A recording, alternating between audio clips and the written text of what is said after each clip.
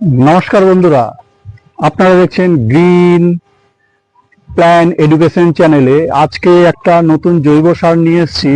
নতুন তো নয়, পুরনো। যারা ছাদ বাগান করেন, নার্সারি করেন, বাগান টাগান করেন তারা জানেন। নাম হচ্ছে স্টেরামিল, যাকে লেদার মিল বলা হয়, চামড়ার গুঁড়ো। এই চামড়ার গুঁড়ো কিভাবে তৈরি হয় সেগুলো এখন জানাবো আপনাদের। আর কি কি উপাদান আছে, তার ব্যবহার সম্বন্ধে। উপাদান: চামড়ার যে অবশিষ্ট অংশ, যেরকম চামড়ার কারখানায় চামড়া যখন যায়, তার কাটিং, তার টেনারি, বলে ঘষে যেগুলো জেল জাতীয় মানে চর্বি জাতীয় যেগুলো অবশিষ্ট অংশ, ওই অবশিষ্ট অংশই কিন্তু এই স্টেরামিল বা লেদার মিল।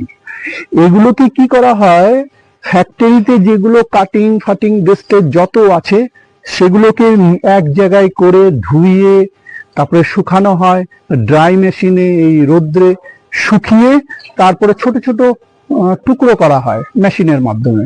টুকরো করে চালনিতে চেলে এই ফর্মে আমাদের কাছে আসে।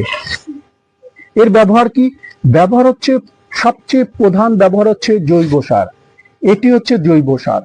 এই জৈব সার ফার্মিং ক্ষেত্রে কাজে লাগে, বাগান ক্ষেত্রে কাজে লাগে, ফুল গাছ টুল গাছ যা আছে তার সম্বন্ধে কাজে লাগে এগুলো সবচেয়ে বেশি।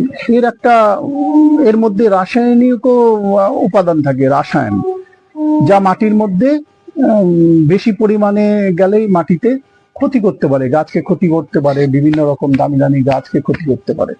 সবচেয়ে বেশি ব্যবহার আমরা গ্যাংটক, সিকিম প্রদেশের মধ্যে, সিকিমের রাসায়নিক কেমিক্যাল সার নিষিদ্ধ, জেনে রাখুন। জৈবিক সার ওরা অর্গানিক ভাবেই চাষবাস করে। তার মধ্যে এটি হচ্ছে সবচেয়ে প্রধান হিসাবে ওখানেও পাওয়া যায়।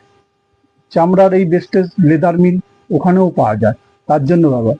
দেশের কানপুর আছে, আমাদের কলকাতা শহরের মধ্যেও আছে,